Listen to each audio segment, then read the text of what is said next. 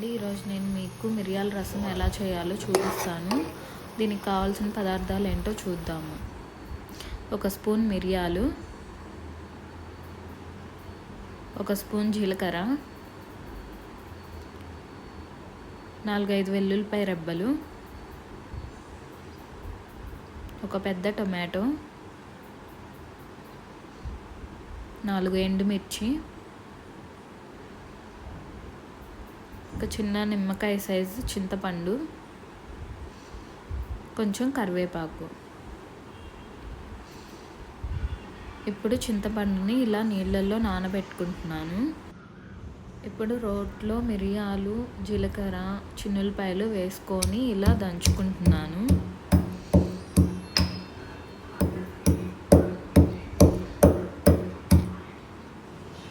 ఇలా కచ్చాపచ్చాగా దంచుకొని పక్కన పెట్టుకుంటున్నాను. ఇప్పుడు స్టవ్ మీద ఒక ప్యాన్ తీసుకుంటున్నాను. ఈ ప్యాన్లో 3 స్పూన్ల ఆయిల్ వేసుకుంటున్నాను. ఈ ఆయిల్ హీట్ ఎక్కాక దీంట్లో తిరగమాత గింజలు వేసుకుంటున్నాను.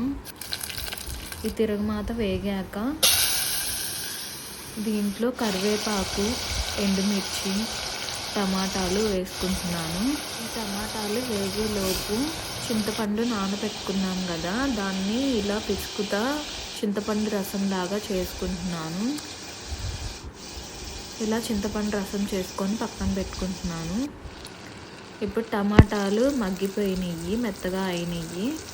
ఇప్పుడు దీంట్లో చింతపండు రసం వేసుకుంటున్నాను.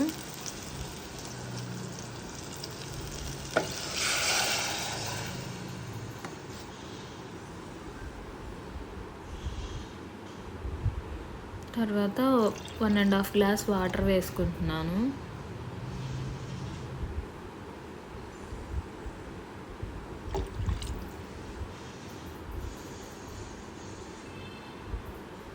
దాంట్లో కచ్చాపచ్చాగా నూరు పెట్టుకున్న మిరియాల పొడిని వేసుకుంటున్నాను. దీంట్లోనే కొంచెం పసుపు, సరిపడా ఉప్పు వేసుకుంటున్నాను. ఇలా వేసుకొని ఒకసారి కలుపుకొని ఒక 5 నుంచి 6 నిమిషాల పాటు బాగా పొంగు వచ్చేటట్టు మరిగించుకోవాలి.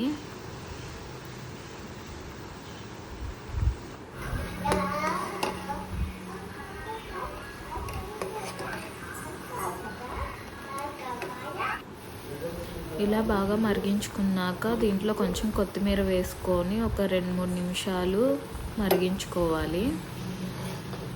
అంతేనండి, మిరియాల రసం అయిపోయింది. దగ్గు, జలుబు, గొంతు నొప్పి ఏదైనా ఉంటే ఇలా మిరియాల రసం చేసుకొని తాగితే చాలా బాగుంటుంది, హెల్త్కి మంచిదండి.